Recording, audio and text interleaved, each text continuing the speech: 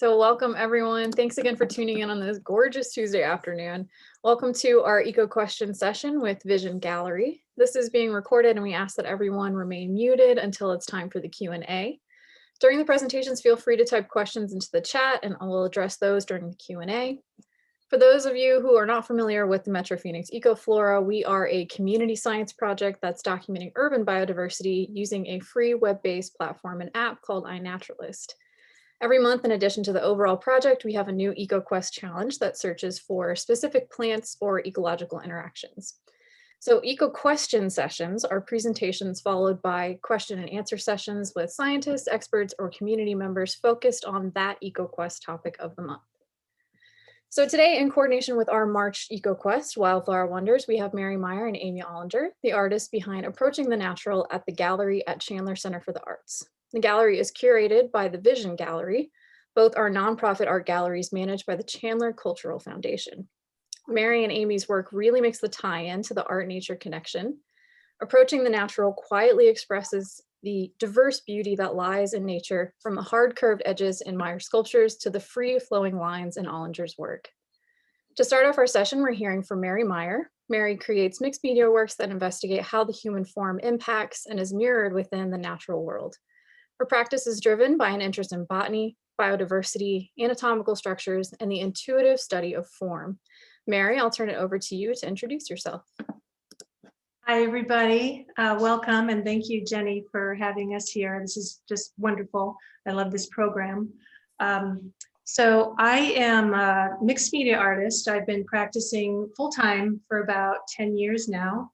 I did my undergraduate work at ASU in sculpture and did my graduate studies at the U of A in Tucson. And my work is very much based in nature. It's based on the idea of the human connection to nature and what I see throughout the natural world as how we're reflected and the importance of that connection and reconnection.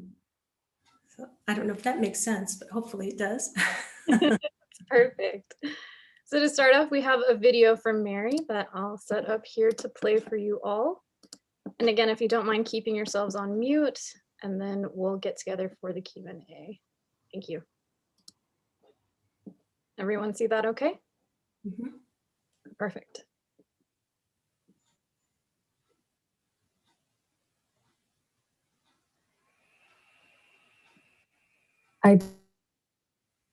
Intention of being present.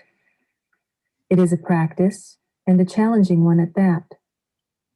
But there are two places where I can find solace from the noise of the world. Within the landscape and within the studio. I believe we originate from a quiet place and carry that energy within us always. To pause and recognize ourselves within the natural world is to know a common thread runs throughout. I'm interested in creating spaces of stillness and connection by exploring how our human form impacts and is mirrored within nature.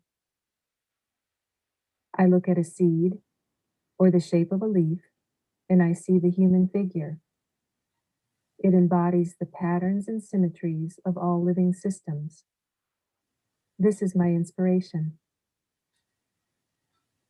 Seeds and leaves encompass a large part of my most recent work. But these quiet forms have always been a part of me, emerging even in my earliest work as a student of art.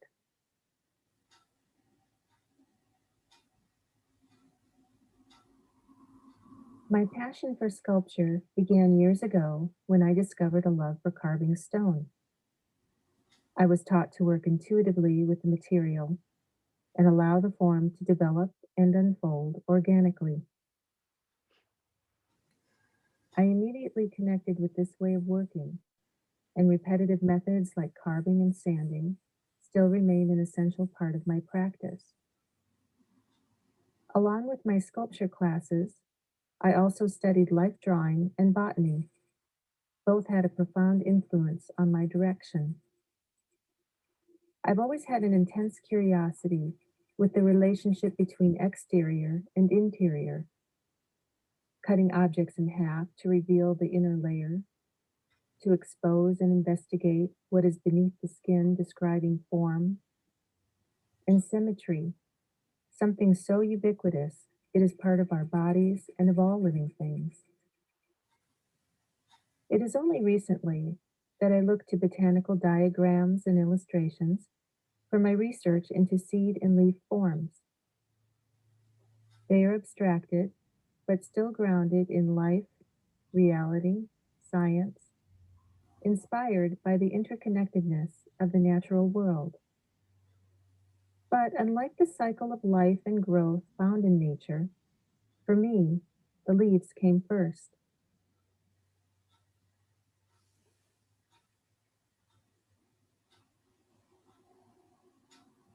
Growing up in the Midwest, I've always had an affinity for trees and the leaves they hold.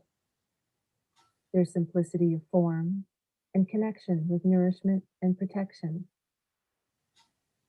I often stop and pick up random leaves on the sidewalk and trails near my home.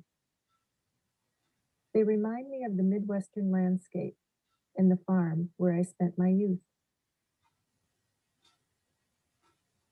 I've been investigating leaf forms for the past few years, and in 2016, I created the first Biophilia wall installation as part of the Contemporary Form Awards exhibition at the Phoenix Art Museum. The work is comprised of over 500 porcelain leaves suspended by sewing needles. When I was working on this piece, I meditated about the importance of process in my work and how it evokes stillness, connection, balance, underlying themes that began years ago with my thesis work and are even more relevant now in today's world.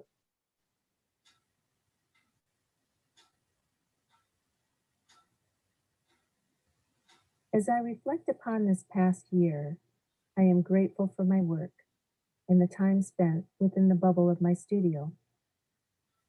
Here, I think about finding a sense of balance between solitude and isolation, and connection and disconnection. I think of an article I read earlier this year that stated, quote, "In rebuilding a broken world, we will have the chance to choose a less hurried life." I'm currently working on panels for my next series involving leaves.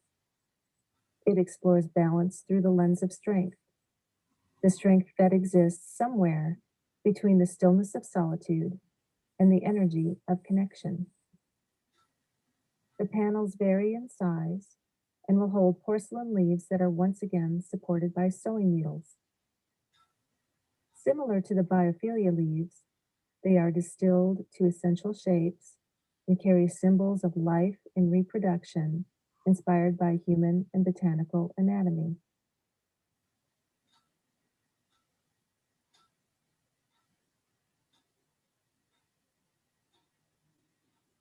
Yellow ochre pigment is used in the carved areas of the leaves and panels, along with a little graphite.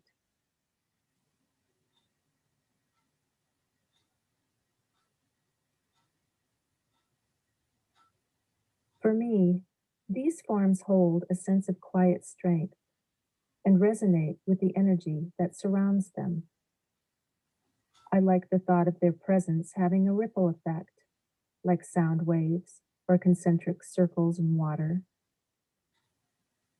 A design and concept similar to the Luster series, a grouping of works comprised of cast aluminum, wood, and graphite.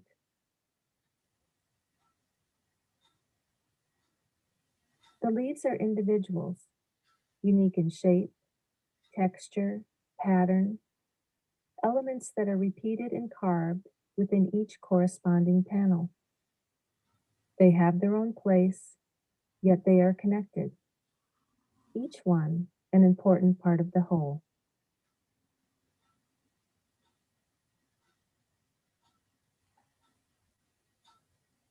I created the Biophilia seed panel in 2019 for my solo exhibition at the Mesa Contemporary Arts Museum. A sister piece for the leaves panel, it houses 575 clay seed forms supported by individual sewing needles. The seeds mirror their leaf offshoots and echo them in size. They are inspired by vintage illustrations of actual trees and the forms connected to their life cycles. They too carry ambiguous symbols of life and reproduction, carved textures and elements tinted with earth pigments and graphite.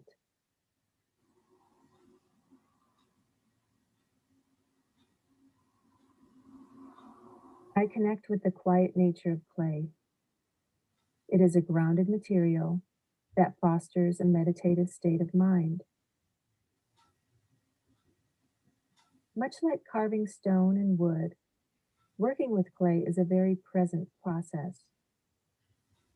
My newest work with seeds continues the thoughts and concepts of connectedness that began with the Biophilia series. As I make these new seeds, I contemplate the idea of home, the soil and ground beneath my feet, and once again, balance. This newest work explores resilience and my own personal connection to the landscape. I draw inspiration from the flora of the Sonoran Desert and the foothills of the Superstition Mountains. This is my home. The longer I live here, the more I realize the importance of place. Although my roots are in the Midwest, the desert is where I've grown the most, and I'm ever fascinated by the beauty, color, and diversity that thrives here.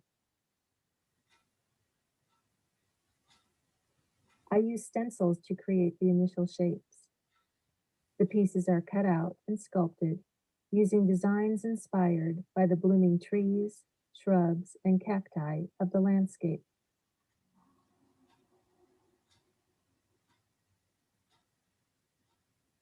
The scale of each seed will vary in size but remain small, no larger than the palm of my hand.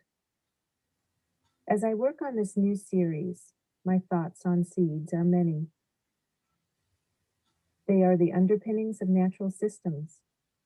They are mysterious, complex, and similar to leaves, they nourish. For me, seeds are metaphors for the human condition. They flourish in both darkness and light and hold amazing potential energy. They are powerful but still, filled with information, beauty, and growth.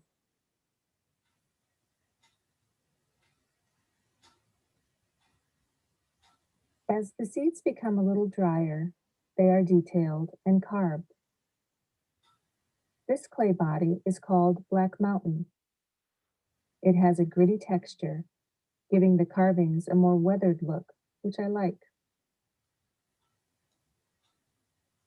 The seeds will fire to a rich earthy black color, and after firing, they are ready for a very important step with this particular project, and that is color.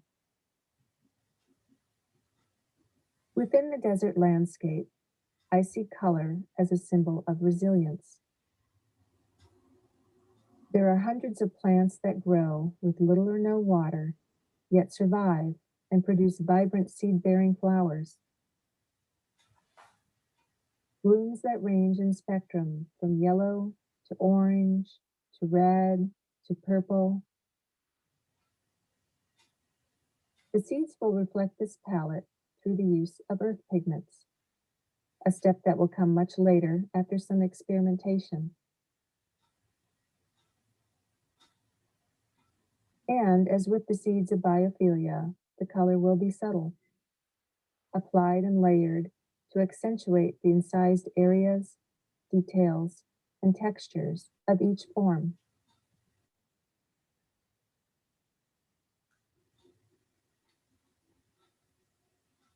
The scope of this new series will be my largest yet, and no doubt carry thousands of small seeds.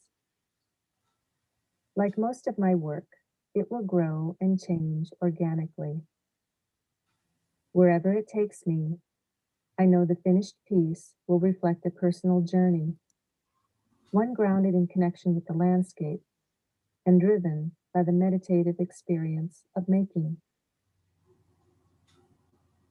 My passion for ecology, anatomy, and the intuitive study of form continues, and so does my interest in seeds and leaves. Ever-present constructs of nature, they remind me that stillness is not only a state of being, but also a place.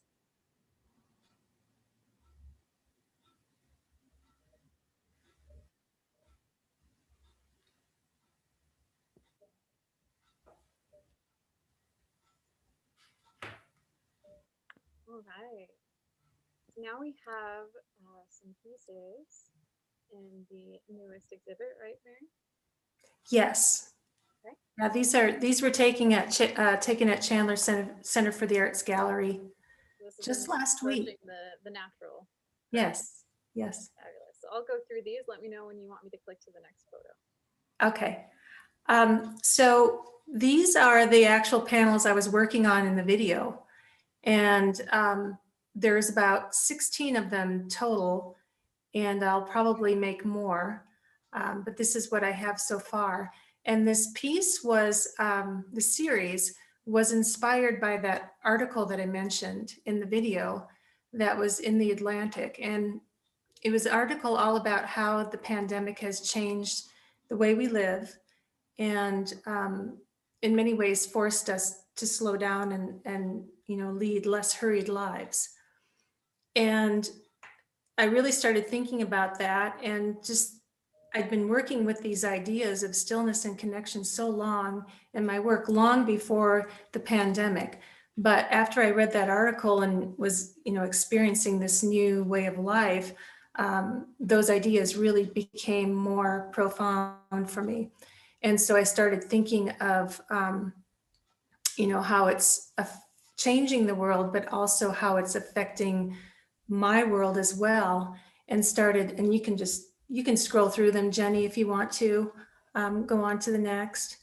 So that's a nice view of the show right now.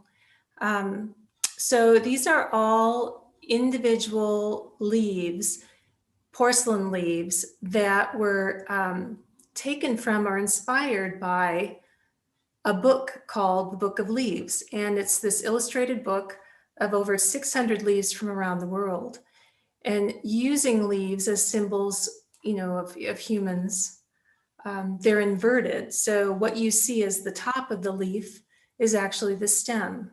And inverting them like that, I see them as becoming, they become more human and, speak to the figure a little bit more. Let's see, I have some cheat notes here. But one thing, so I live out close to the Superstition Mountains. And one thing I noticed last April, when everything was just really starting to shut down, was more people spending time outdoors.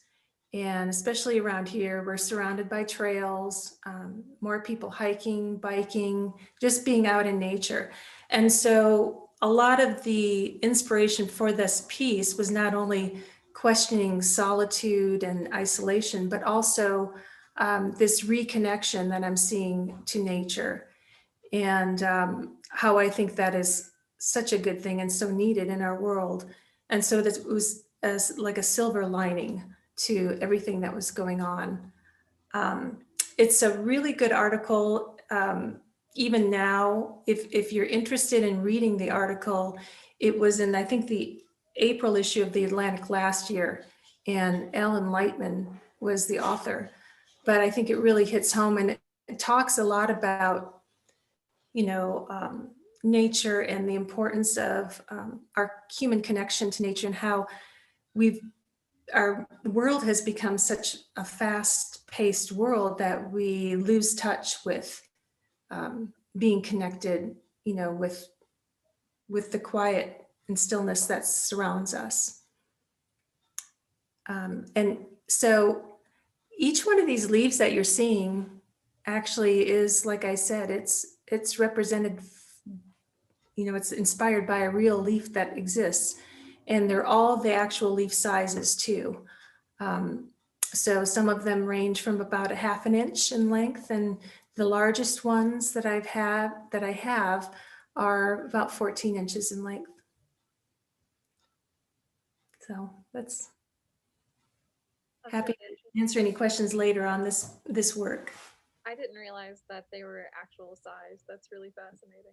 They are. There were some in the book that, and the book is by Alan Combs, I think is the name of the author of the book. Some of them were larger than what could fit on the 10-inch size page. And so they had a picture of the leaf and then the actual size that it is in nature. So those really big ones I didn't make, but most of them are actual size. That's fantastic. Thank you so much, Mary. So next we'll hear from Aimee Ollinger. Aimee's inspiration stems from multiple layers of nature consisting of botanicals, coral reefs, minerals, and landscapes. She extensively observes these subjects from different perspectives, for example, a microscopic or macroscopic point of view. It is her intention to narrate and enhance the intricacy of our natural world and what it has to offer, and is often overlooked by the naked eye. Aimee, the floor is yours, and I'll share my screen with your presentation. And let me know when you'd like to go to the next slide. Great. So again, thank you, Jenny. I'm excited to be here and explain my work to everybody. So I am as well a mixed media artist, and I create abstract work. Through the presentation, I'm going to show you guys the process behind my work, as well as some visuals and some work that is at the Chandler Center for the Arts right now. And then I will be giving more information on that exhibition as well. So if you could go to the next slide, please, Jenny. So what Jenny kind of touched on already, but just a mini bio here, but I am based in Phoenix, Arizona, and I was talking to some of you a little earlier that I was born and raised here. And in 2017, I received my BFA in drawing from the Herberger Institute for Design and the Arts at ASU. And I have to say, I loved that school. I made a lot of great connections and met wonderful friends and artists and amazing professors. I definitely wouldn't be where I am today if I didn't go there. So again, my inspiration stems from multiple layers of nature. I observe these subjects from many different perspectives, again, microscopic and macroscopic point of view. And I want to narrate and enhance the intricacy our natural world has to offer that is often overlooked by the naked eye. And Jenny, for the eco flora this month, I like how you brought up that we don't really pay attention to the details in nature. So I am glad to be a part of this and explain a little bit more of what we can look into. And with the information that I have gathered over the years from my travels and research, this is my diverse abstracted interpretation of nature exposed. And when I say diverse, I mean that since I look in so many different areas of nature, I'm always creating different works based on that subject. So you'll see that I have a variety of works here. So if you'll go to the next slide, please. So to start, since I am a mixed media artist, I use a lot of different materials, and currently I'm working two-dimensionally. I would like to work more sculptural in the future. I don't know what that will bring yet, but I'm excited to see where my work goes. So right now I'm working with ink and watercolor and gouache. For those of you who don't know what gouache is, it's more of an opaque version of watercolor. That's how I get more of my softer looks and pastel colors in there. I use colored pencil and pastel, metal leaf. For those of you who really know my work, I use metal leaf in almost everything. And the reason why I like to is because when I look at natural objects, I see little flecks of metal in it. And also when I'm researching new subjects, it's that wow factor. And that's what I want people to feel when they're looking at my work. And that's just the extra addition with the metal leaf. Mica flakes. I'll get more into that later. It's more of a textured material, very rough surface. I'll zoom into that a little bit later on one of my pieces for you. And the embroidery and embroidery hoops. A lot of people are really interested in these. I don't use fabric, I use paper. And all my work is on watercolor paper, by the way. I embroider both into the hoops and in the flat works as well. So just to kind of give a background on that. So if you'll go to the next slide, please.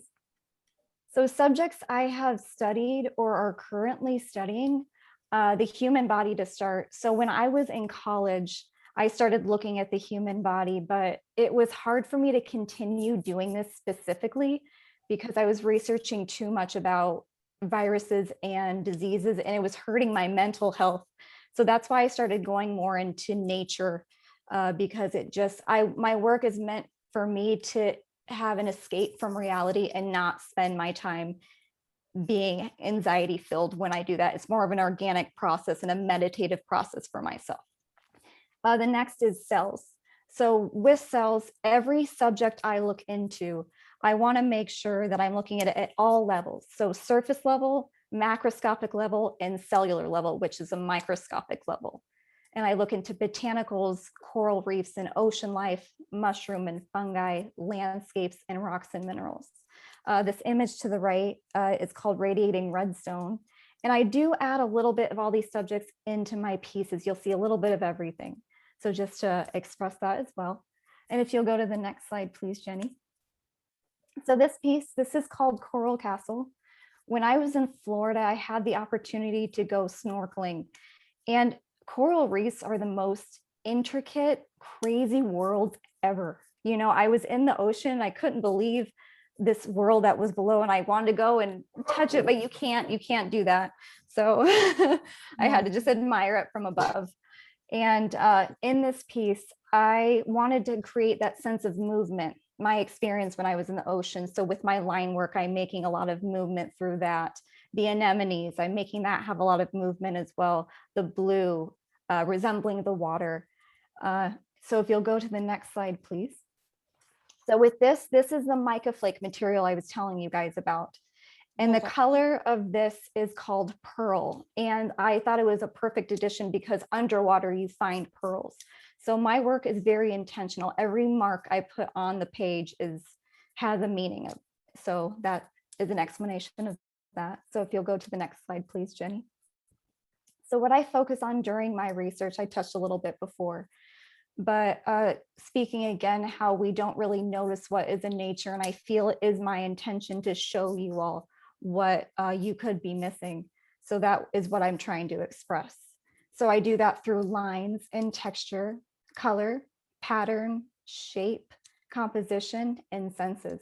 When I say senses, I'm talking about when I really try to immerse myself in my environment when I'm doing my research. I like to touch things, even if I can smell it, I'll do that.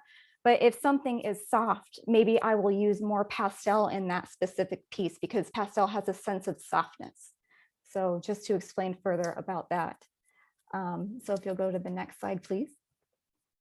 Here's some detailed landscape studies that I've done in Arizona. I go all over the place and do a lot of research, including Sedona as well. This is at Dreamy Draw, and these are the wildflowers that I was talking about, how they really were in full bloom during the time I went to go do this. But just showing from what I see, if you look down at the rocks, you'll see the line work and the texture and the structure of the forms of the rocks with all the colors that come along with it, with the grays and the pinks and the oranges. There's just so much to see that we really do overlook. And with the wildflowers, I use those pops of color in my work as well. So if you'll go to the next slide, please. So from that documentation, from those hikes that I've taken, this is called Just Beyond the Red Rocks. So if you look at this piece, it has two different perspectives. If you were looking at it from a landscape point of view, and also if you were looking at it from up close, because again, I look at every layer. So with the line work, that's the details of the rocks. The green patches, that is the plant life that I would see out in nature. And with the orange pastel, those are the sunrises and sunsets that we have. And any of you who live in Arizona, you definitely know we have some great skies here. So just to explain that everything in my work has a specific purpose that I pay attention to. So if you go to the next slide, please. My next subject is rocks and minerals. So with this, this is a slice of agate. that I purchased actually when I was in school. And I made this piece. It's called Lines of an Agate. I did that a little bit after I graduated. So it was 2017, around there that I made this piece. And it has more of a cellular look because I was really looking to cells during the time that I made this. But with minerals, I literally will get my magnifying glass out and I will dissect it to no end. I look at everything, the lines, the patterns, the colors. So this is just a representation of what I see when I look at objects and how far I do. So if you'll go to the next slide, please. Here's some recent studies I've done. I was in Prescott and I got to research in the snow, and I've never done that before, by the way. So I got this black chair and I was going all around on the snow and I was finding great compositional spots to sketch in. So with this, I do a lot of colorful work. I don't really do a lot of black and white pieces. And I think being in this environment makes me want to start to do more black and white pieces. And instead of a lot of gold leaf, I want to start using more silver leaf in my work because currently I use a lot of gold leaf. So we'll see where that goes. So if you will go to the next slide. So now when it comes to the cellular imagery, these are examples of microscopic and macroscopic images that inspire me. I don't have the proper equipment at this time to get my own images, so I have to go online or look at books or graphs to find these images. But I have been doing this for so long that I've just kind of pulled everything I've researched and created these imaginary kind of psychedelic worlds from these realistic shapes that I've researched for so long. So if you'll go to the next slide.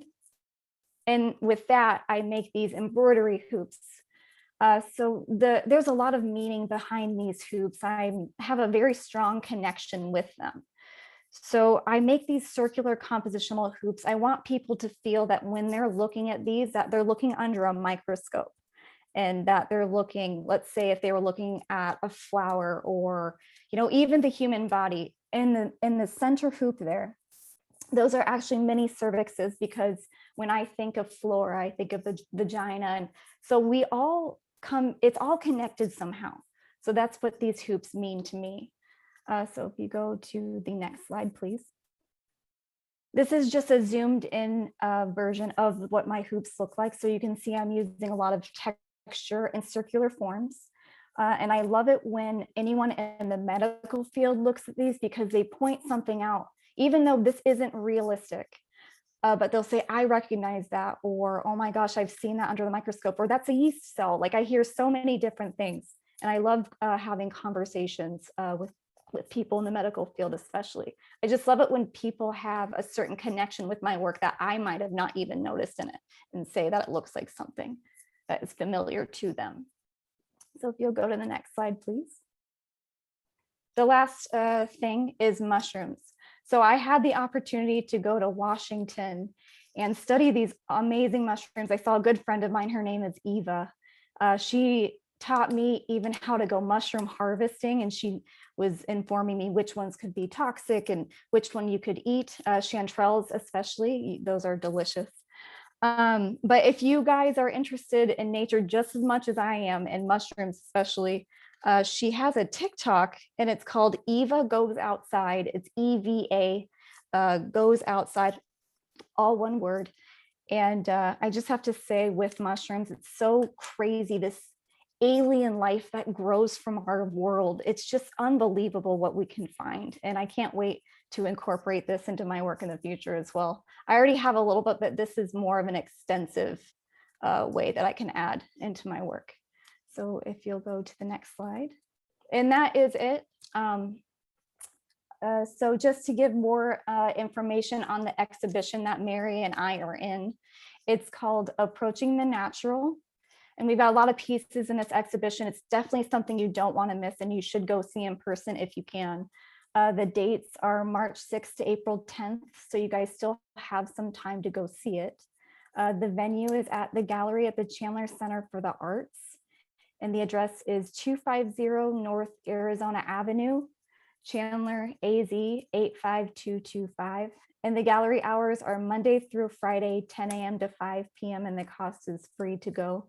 And some new news that I just learned recently is after March 27th, you can actually go on Saturday to see it. So I want to say that's April 3rd that you have a chance to go see it on a Saturday if you can't go during the week.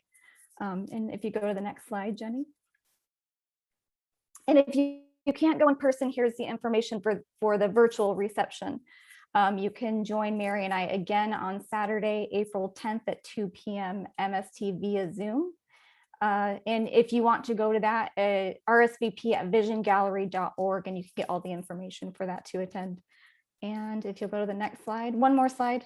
Thanks for listening to me, you guys. Here's my information. My website is www.aimeeollinger.com if you want to see more of my work. And if you want to keep up with the work that I'm doing, you can follow me on Instagram. My Instagram is amoart. I do a lot of process videos where I'm actually physically making my artwork. So if you want to keep up with me or send me a message, you can always do that. So thank you guys for listening to me talk about my work. And Jenny, thank you for putting this together, in Vision Gallery as well. And Mary, I always love listening more about your work too. So it's been a great experience. Thank you guys. Thank you, Aimee. All right, let's get set up for the Q&A. So I'm going to check the chat. I don't see any questions in the chat, so we'll start with a few questions here. Everyone feel free to unmute, turn your cameras on if you'd like. So the first question is for both of you, whoever wants to go first. What is your favorite subject to study in nature? I think Mary, leaves might be the answer for you.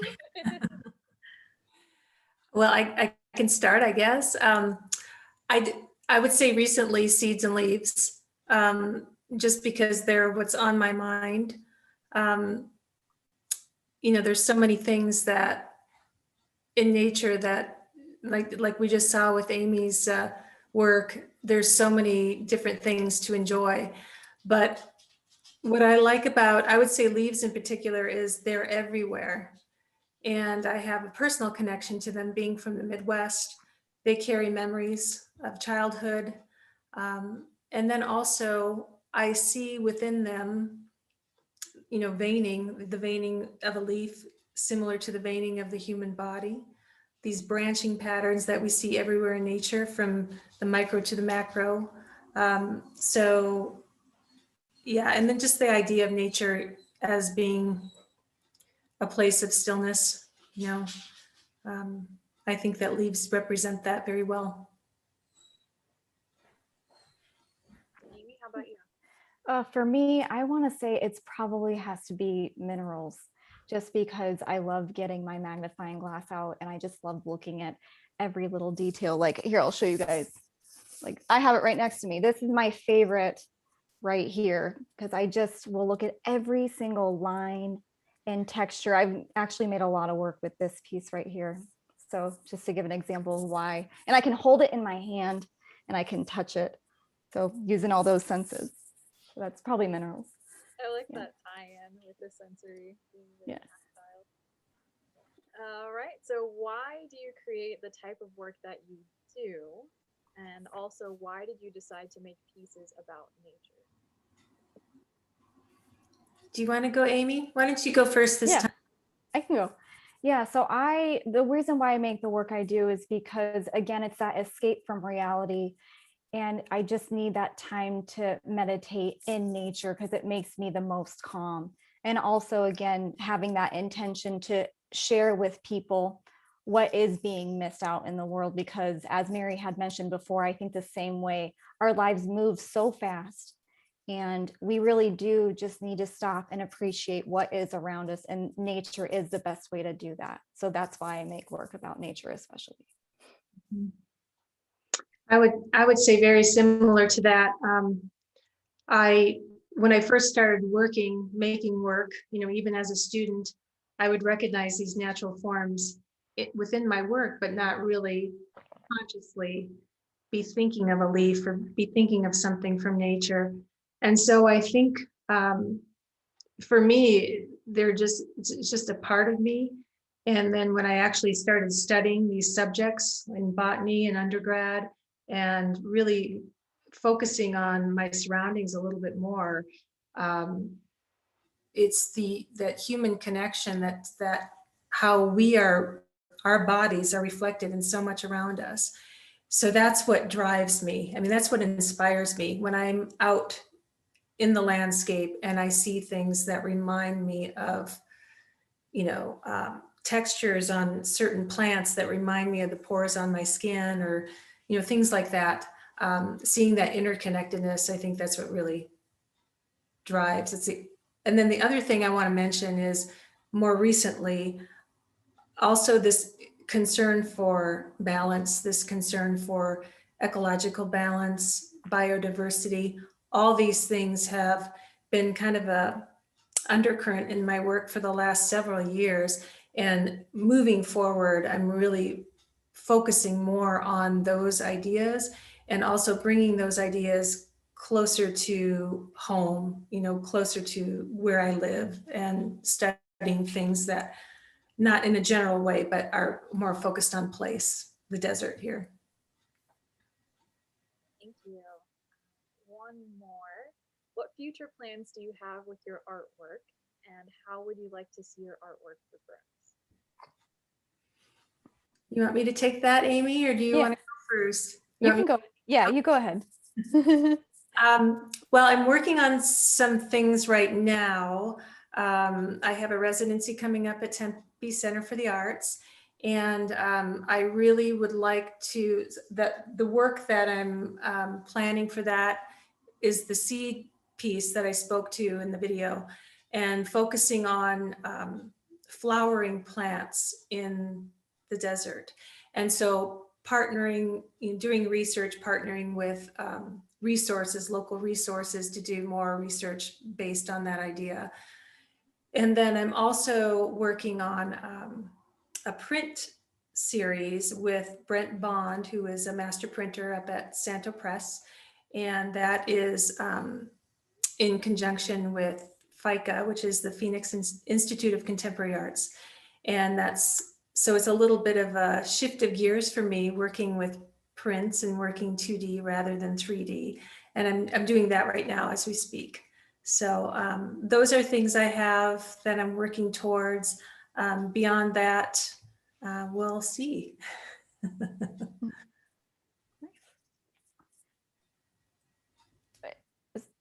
Am I next? Okay, I just want to make sure. Okay, so with mine, so the next on my agenda, the next thing I have, I'm going to be showing at Ollinger Gallery because the COVID dates got mixed up, or a little messed up with that, but it should be starting again, I want to say in September, but I don't have a date for that yet. And I've been looking more into, like I was saying, working with black and white instead of more color. So that is something I'm looking into, and using more different types of metal leaf. And I also have this idea that I want to do where I'm working more with magnifying glass, where maybe I can have something set up where I have an actual object where people can look through a magnifying glass and I can actually show what I saw from that object. That's just more ideas that I have coming for that. I can see it all set up in a gallery space right now in my mind. But and also I would like to work more with wardrobe, for example, making pieces on or works on clothing and maybe even jewelry. So I have a lot of ideas in mind with what I want to do, just more doing things with that. Just lots going on up there that I want to do, that I'm excited about. And sculptural, I'm not sure entirely what I want to do with that yet, but wood is something that definitely interests me more because again, you do find that out in nature. So I'll have to see where that goes. So that's what I see for my future. That's very exciting. Jewelry sounds really interesting. Does anyone have questions for Mary or Aimee? Feel free to unmute and ask. Anyone? You guys are so quiet. I have a question for both of you, I guess. I just think that it's really awesome that you both work with nature, because to me and buddy, it's relatable, because you can look at the work and really kind of side in nature and experiencing like all that diversity. But I I noticed you both talking about like meditating and the way you feel peace while creating your art. And I just want to know how you feel about like relating to other people after it's already finished and people are looking at it and talking about it with you. How does that make you feel? Go ahead, Aimee. Okay, that's my friend Eva, by the way, everybody. She is the one who I went to visit in Washington. She knows all about mushrooms. Hello, Eva. Hi. Hi. So to answer your question, Eva, about how people, how they look at my work. So as I had brought up before, when people, like especially people I was saying in the medical field, how they look at my work and how they're seeing things that look familiar to them in nature, and how that can definitely be a topic for discussion. And I love it when people do connect with my work in that way, how they do find something familiar like that and really have a connection in that way. Is that kind of answer your question? Yeah, and I'm sorry it's not really a very clear question. I guess I was curious, I guess, if you guys feel like when people relate to your work that they're really seeing what you saw and feeling those feelings. I mean, that's definitely my intention. I hope that people from all the research that I do, that they do get that sense of what I saw. Going back to when I use metal leaf, when I said that when I look in nature, how I see little flecks of metal in like things like rocks or in sand, that maybe they'll be like, oh yeah, I know exactly what you're talking about when I see that kind of thing. And just that excitement of when they see something in nature that they can relate to. I hope that answers more. Yes, Why don't you go, Mary? I Why don't you answer think that? it's really cool. What about you, Mary? I would say that I just had a thought and it escaped me. Mhm. Oh, I know what I was going to say. So the materials that I work with lately, I've been working a lot with clay, but no matter the material, to me, I feel like these forms that I make carry an energy, and they carry the energy that was used to make them. And so, as I said in the video, there's two places really that I can find that meditative energy that Eva spoke of. And that's here in my studio, or if I'm, out in the landscape somewhere. And so when I'm creating, I do have that sense of meditation. And I believe that the works carry that. And it is my hope that someone will view the work and, absorb some of that calmness. And then the other thing, I put little symbols within the work that are derived from things in nature. They're derived from the human body. So it's my hope that one would recognize those things in the work, maybe recognize those things on themselves or in their surroundings, and create a dialogue between the viewer and the work. And a lot of my work is I use sewing needles, and so using an object that already has personal connotations that might be different for each person, that also brings something else into the work that maybe someone can see or relate to in it in a different way. That was a good Thank answer. you so much. Yeah. Linda, I see you're unmuted. Do you have a question?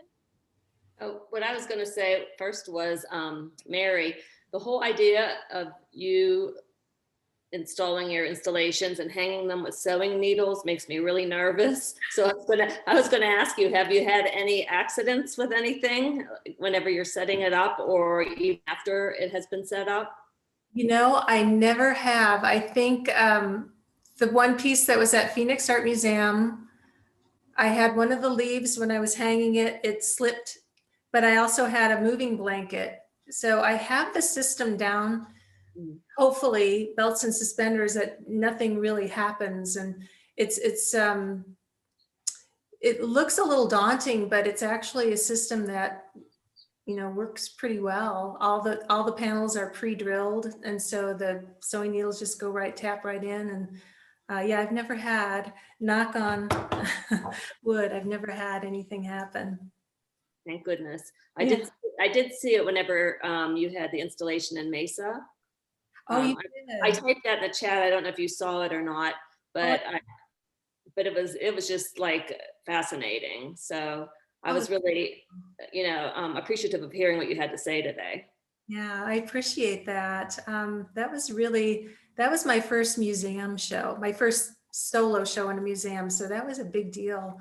And the space was just, yeah, it was very exciting to be there and see the work come to fruition. Yeah. Thank you, Linda. We have a question from Susan in the chat.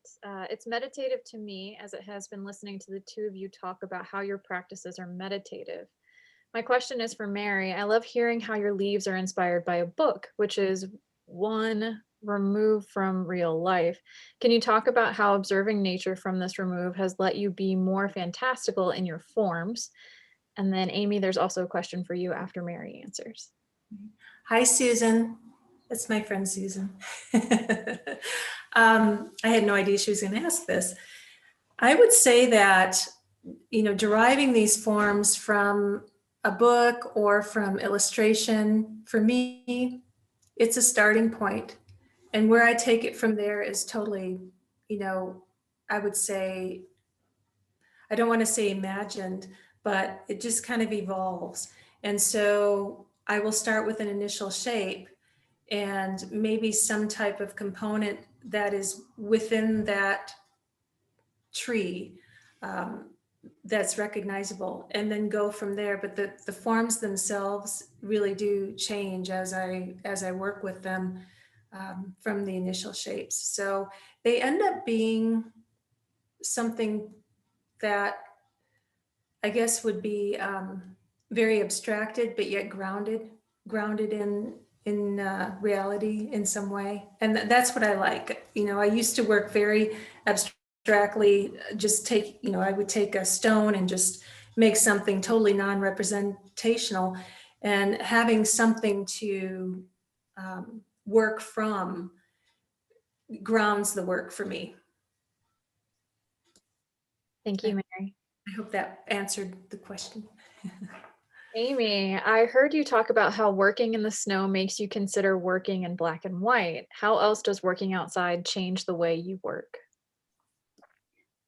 So for example, when I was talking about when I was in Florida looking at the coral reefs, like it's just an emotion that I get when I'm outside, and if I'm connecting with certain colors, like, because for example, snow, it's very white and there's only like certain parts of black in there. So I am just very specific with what colors I pull out. For example, like in the desert, I'll see a lot of green, and then like in Sedona, I'll see a lot of red rocks. So I just pull like specific colors, and then I nitpick in certain areas of that environment, if that makes sense. Thank you. Mhm. Do we have any other questions? Feel free to type in the chat. We'll sit here for a minute. No? All right. Well, Mary and Aimee, thank you so very much for sharing how you see the natural world with us. It's been absolutely wonderful having you. And thank you to Vision Gallery for this collaboration. Thank you all so very much for joining us. If you'd like to know more about EcoFlora or Mary and Aimee's work, I've placed links to our website in the chat. I also highly encourage you to experience Mary and Aimee's work in person from March 6th to April 10th at the gallery. And I'm also placing a link for more info on the show in the chat as well. For this month's EcoQuest, take a moment to get closer and inspect wildflowers. Look at the petal shapes, the textures, the color combinations, and pollen colors. What small details can you see that you may have overlooked before? Thank you again so much for joining us. I hope you have a wonderful rest of the day. And I will email all these links with the recording as well. And we'll see you next time. Thanks, Jenny. Guys, Everyone. thank you. Thank you, everybody. Bye. Bye. Bye.